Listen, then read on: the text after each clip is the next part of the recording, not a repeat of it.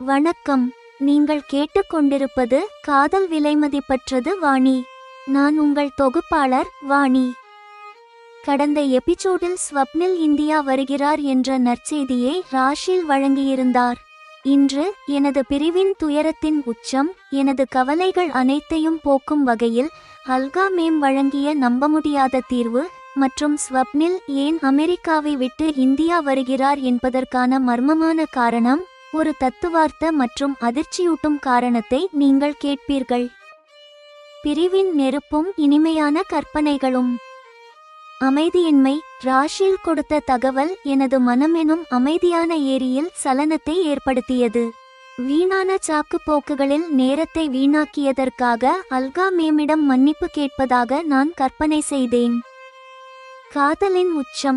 நான் அன்னப்பறவை, பென்குயின் அல்லது ஓநாய் போன்ற இனத்தைச் சேர்ந்தவள் என்று உணர்ந்தேன். அவை வாழ்நாள் முழுவதும் ஒரு துணையை மட்டுமே தேர்ந்தெடுக்கும். பிரிவில் எனது நிலை தவிக்கும் பெண் அன்னத்தை போலானது. வாழ்க்கையின் அர்த்தம். ஸ்வப்னிலின் மனைவியாக வாழ்வதே எனது வாழ்க்கையின் உண்மையான அர்த்தம் என்று எனக்கு தோன்றியது. தீர்வும் புவாஜி இன் புதிய உறவும். தீர்வு அறிவிப்பு. ஸ்வப்னில் இந்தியா வந்ததும் நான் தவித்து போனேன். ஆனால் அல்கா மேமிடமிருந்து அழைப்பு வரவில்லை. இறுதியாக மறுநாள் காலை அவரது அழைப்பு வந்தது. வாணி, தீர்வு கிடைத்துவிட்டது என்று நினைக்கிறேன். உன் மீதான ஸ்வப்னிலின் காதல் உனது கவலைகள் அனைத்தையும் இயல்பாகவே போக்கிவிட்டது. முறையான முன்மொழிவு.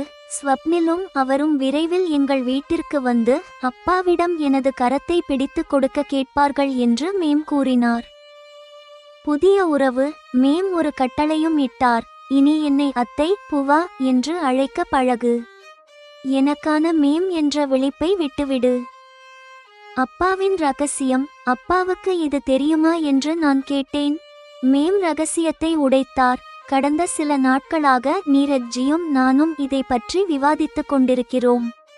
நீ நிம்மதியாக இரு, அவருக்கு எல்லாம் தெரியும். ஸ்வப்னிலின் தத்துவார்த்த வருகை. அப்பாவும் ஸ்வப்னிலும். எல்லாம் உறுதியான பின்னரே உன்னிடம் சொல்ல விரும்பினேன். ஸ்வப்னிலும் நீ எந்த நிச்சயமற்ற தன்மையாலும் கவலைப்படக்கூடாது என்று விரும்பினார் என அப்பா கூறினார். அதிர்ச்சியூட்டும் வீடியோ. ராஷில் எனக்கு ஒரு வீடியோ அனுப்பினார். அதில் அத்தை, அல்கா மேம் மற்றும் ஸ்வப்னில் பேசிக் கொண்டிருந்தார்கள். தகுதியும் தாய்நாடும். ஸ்வப்னில் கூறினார், வாணி இந்தியாவில் இருக்க வேண்டும் என்ற முடிவு சரியானது. வாணி போன்ற தகுதியுள்ள பெண்ணின் சேவையும் பங்களிப்பும் இந்தியாவிற்கும் இங்கிருக்கும் சமூகத்திற்கும் மட்டுமே கிடைக்க வேண்டும். சுய விமர்சனம். ஆனால் அத்தை, ஏன் அவர் இந்தியா வருகிறார் என்று கேட்டபோது ஸ்வப்னில் ஒரு தத்துவார்த்த பதிலை கொடுத்தார். அமெரிக்காவில் வசித்து சமூகத்தின் தவறான போக்குகளை நானும் பின்பற்றத் தொடங்கினேன். எனது இச்சைகளை தீர்த்து கொள்ள ஒன்றுக்கும் மேற்பட்ட பெண்களுடன் தொடர்பு வைத்திருந்தேன். எனது தாய்நாட்டிற்கு நான் எந்த வகையிலும் பயனுள்ள நபர் அல்ல. ஸ்வப்னில் தனது தாய்நாட்டிற்கு பயனுள்ளதாக இருக்க இந்தியா வருகிறாரா, அல்லது தனது கடந்த காலத்தின் வருத்தத்திலிருந்து தப்பித்து ஓடுகிறாரா? அவரது இந்த தத்துவார்த்த வருகையை அத்தை ஏன் எதிர்க்கிறார்? அவர் தனது திருமணத்திற்காக இந்தியாவில் தங்குவாரா? பிரிவு, ரகசியம் மற்றும் ஒரு தத்துவார்த்த காதல் கதையின் இறுதி திருப்பம். காதல் விலைமதிப்பற்றது வாணி இல். நீங்கள் கேட்பது எபிசோட் 64. பிரிவில் தவிக்கும் பெண் அன்னம், மர்மமான தீர்வு மற்றும் ஸ்வப்னிலின் தத்துவார்த்த வருகை. இது ஒரு நல்ல விஷயம்தான். சொல்லு, பருஷ்ணி எப்படி இருக்கிறாள்? எனது மகிழ்ச்சியை வெளிப்படுத்துவதில் நான் கஞ்சத்தனம் செய்கிறேன். இது வெறும் நல்ல விஷயமா அல்லது மிகச்சிறந்த விஷயமா? எனக்கு தோன்றுகிறது நீ இப்போது மனதிற்குள் குதித்து கொண்டிருப்பாய் என்று. சரி, சொல்ல விருப்பமில்லை என்றால் சொல்லாதே. பருஷ்ணி நலமாக இருக்கிறாள். ஒரு நல்ல பெண் விரைவில் அவளுக்கு சித்தியாக வர வேண்டும் என்று அவள் விரும்புகிறாள் என ராஷில் கூறினாள். ஒரு நல்ல பெண். ராஷில் என்னை கேலி செய்த அந்த வார்த்தைகளை நான் மீண்டும் சொன்னேன். அவள் இன்னும் சிறுமி அல்லவா? உனது அல்லது ஸ்வப்னிலின் மனதை அவளால் எப்படி புரிந்து கொள்ள முடியும் என்று ராஷில் சிரித்துக்கொண்டே கூறுகிறாள். அவள் கேமராவை திருப்பி தொட்டிலில் விளையாடிக் கொண்டிருக்கும் பருஷ்ணியை காட்டினாள். இந்த உரையாடல் மிகச் சுருக்கமாகவே இருந்தது. பருஷ்ணிக்கு பால் கொடுக்க வேண்டும் என்று கூறி ராஷில் அழைப்பை துண்டித்தாள். ராஷில் கொடுத்த இந்த தகவல் எனது மனமெனும் அமைதியான ஏரியில் எரியப்பட்ட ஒரு கல்லை போல பாதிப்பை ஏற்படுத்தியது. ஏரி நீரில் தோன்றும் வட்ட அலைகளைப் போல எனது மனதில் எண்ணங்களும் கற்பனைகளும் விரிவடையத் தொடங்கின. மேம் என்னிடம் மீண்டும் ஒருமுறை ஸ்வப்னில் மற்றும் எனது திருமணத்தை பற்றி பேச வேண்டும் என்று நான் விரும்புகிறேன். நீங்கள் விரைவில் இந்த சுப காரியத்தை முடித்து வையுங்கள் என்று நான் அவரிடம் கூறிவிடுவேன். நீ ஸ்வப்னிலுடன் அமெரிக்கா சென்று வசிக்க முடியுமா என்று அவர் கேட்டால், ஆம், ஸ்வப்னிலுடன் நீங்கள் எங்கே சொல்கிறீர்களோ அங்கே நான் இருப்பேன் என்று கூறிவிடுவேன். நீ அமெரிக்கா சென்றால் உனது அப்பா எப்படி இருப்பார் என்று அவர் கேட்டால், எனக்கு உங்கள் மீது நம்பிக்கை இருக்கிறது, நீங்கள் அவருக்கான அனைத்து வசதிகளையும் உறுதி செய்வீர்கள் என்று சொல்வேன். இப்போதாவது அவர் கேட்டு பார்க்க வேண்டும், நீ ஸ்வப்னிலை திருமணம் செய்ய தயாரா என்று. 1000 முறை ஆமாம் நான் தயார், இப்போதே தயார் என்று சொல்வேன். அப்போது நான் அவரை பேச விடமாட்டேன். மேம், எனது உடல் மற்றும் ஆத்மா ஸ்வப்னிலின் இருப்பில் கலந்துவிட தவிக்கிறது என்பதை அவருக்கு விவரிப்பேன். ஆம் என்று சொல்ல நான் தாமதித்துவிட்டேன். வீணான சாக்கு போக்குகளில் இந்த நாட்களையும் மாதங்களையும் வீணடித்துவிட்டேன். அமெரிக்காவில் நான் அத்தனை எளிமையானவளாக இருந்திருக்காவிட்டால் இந்நேரம் ஸ்வப்னிலுக்கு மகிழ்ச்சியை தந்து நானும் மகிழ்ச்சி கடலில் நீந்திக் கொண்டிருப்பேன். ஸ்வப்னிலுடனான எனது பந்தம் இந்த பிறவியினது அல்ல, பல பிறவிகளினது என்று சொல்வேன். மேம், ஸ்வப்னிலை இன்றே அழையுங்கள் என்று நான் அவரிடம் மன்றாடுவேன். பிரிவில் எனது நிலை தவிக்கும் பெண் அன்னத்தை போலானது.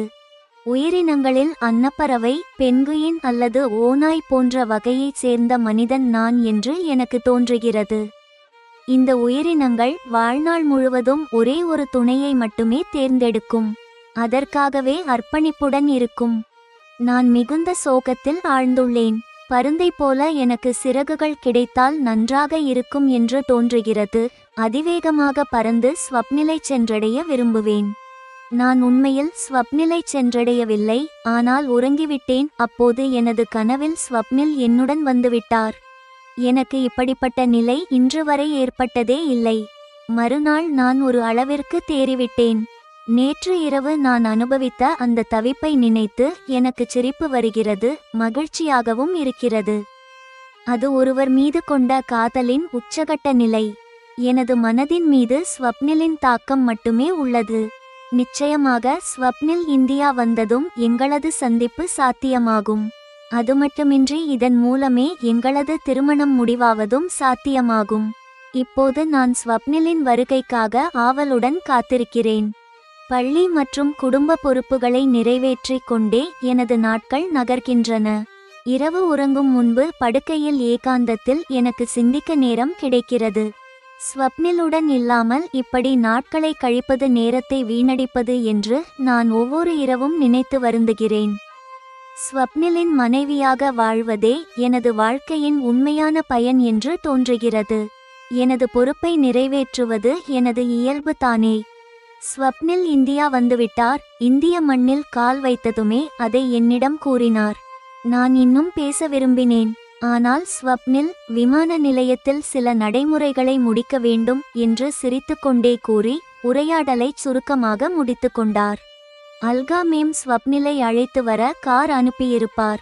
மேம் என்னிடமும் சொல்லியிருந்தால் நானும் விமான நிலையத்திற்கு சென்றிருப்பேனே என்று நினைத்து நான் தவித்தேன். மேம் என்னை இரவு உணவிற்கு அழைப்பார் என்று நான் காத்திருந்தேன். ஆனால் மேமிடமிருந்து அழைப்பு வரவில்லை. ஸ்வப்னில் அருகில் இருந்தும் காண முடியாததால் இன்னொரு நாள் வீணானது போல உணர்ந்தேன். என்னால் ஒன்றும் செய்ய முடியவில்லை. உண்மையில் எல்லாம் நடக்க வேண்டியபடியே நடக்கிறது. நாம் சிந்தித்துச் செய்தாலும் சில விஷயங்கள் நாம் நினைத்தபடி நடப்பது ஒரு தற்செயல் மட்டுமே. நாம் செய்வதால்தான் எல்லாம் நடக்கிறது என்று நினைப்பது வெறும் மாயையே. இறுதியாக மறுநாள் காலை அல்கா மேமிடமிருந்து அழைப்பு வந்தது. வாணி, தீர்வு கிடைத்துவிட்டது என்று தோன்றுகிறது.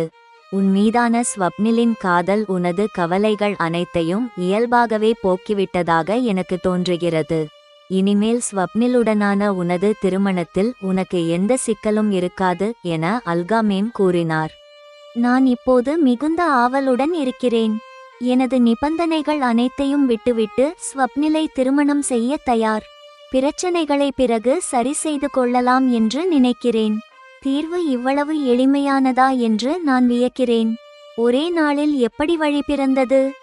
மேம், என்ன தீர்வு கிடைத்தது? நான் மகிழ்ச்சியுடன் அதை கேட்டு தெரிந்து கொள்ளும் ஆர்வத்தில் கேட்டேன். உனக்கு எல்லாம் சொல்லப்படும். நீ நிம்மதியாக இரு. ஓரிரு நாட்களில் ஸ்வப்னிலும் நானும் உனது வீட்டிற்கு வந்து நீரஜ்ஜியையும் உன்னையும் சந்திப்போம்.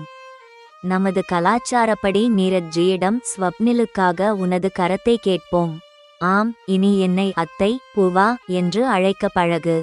மேம் என்று அழைப்பதை விட்டுவிடு. மேமின் குரலில் மிகுந்த அன்பு தெரிந்தது. இப்போது இது ஒரு புதிய சிக்கல். எங்கள் வீட்டிற்கு மேம் மற்றும் ஸ்வப்னில் வந்தால் அவர்களை எப்படி வரவேற்போம் என்று நினைத்து நான் சங்கடப்பட்டேன். அத்தை, புவாஜி, நாங்களே உங்கள் வீட்டிற்கு வந்துவிடுகிறோம்.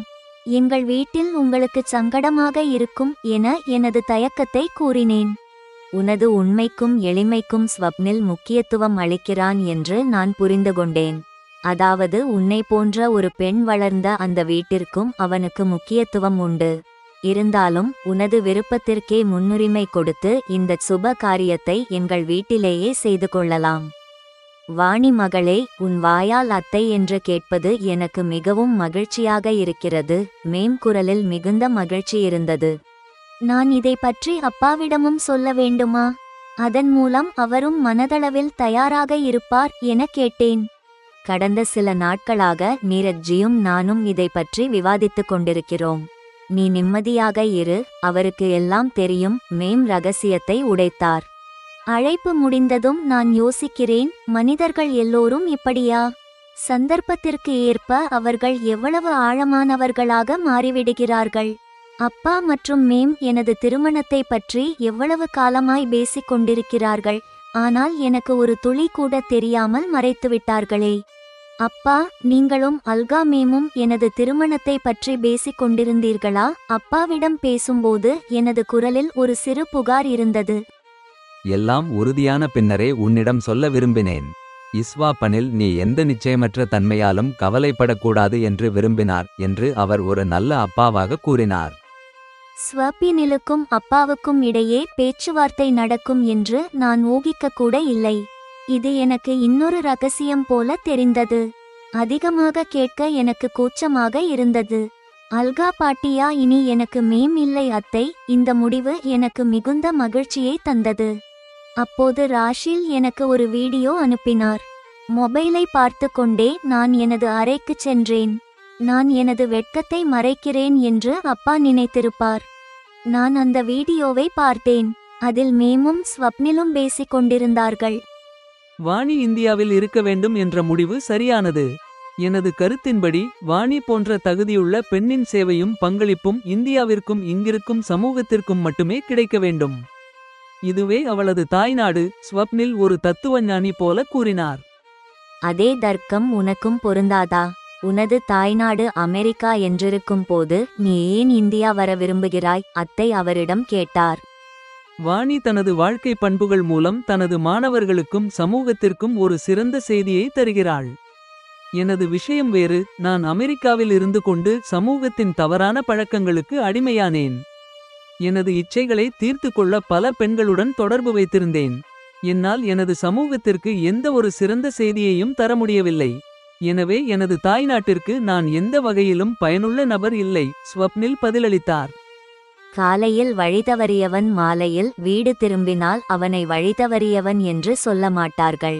நீ உனது தவறைச் சரி செய்து கொண்டாய். இப்போது நீ ஒரு நல்ல பையன். இப்போது நீ உனது நாடான அமெரிக்காவிலேயே இருக்க வேண்டும். அத்தை அவருடன் முரண்பட்டு கூறினார். விமர்சனம் மற்றும் வழிகாட்டுதல். பிரியமான நேயர்களே, எபிசோட் 64 வாணியின் வாழ்க்கையில் ஒரு உணர்ச்சி பூர்வமான மாற்றம். வாணியின் கற்பனைக்கும் யதார்த்தத்திற்கும் இடையே உள்ள வேறுபாடு இந்த எபிசோடை மிகுந்த சுவாரஸ்யமாக்குகிறது. ஸ்வப்னில் வெளிப்படுத்திய உண்மைகள் கதையை ஒரு புதிய பாதைக்கு கொண்டு சென்றுள்ளன.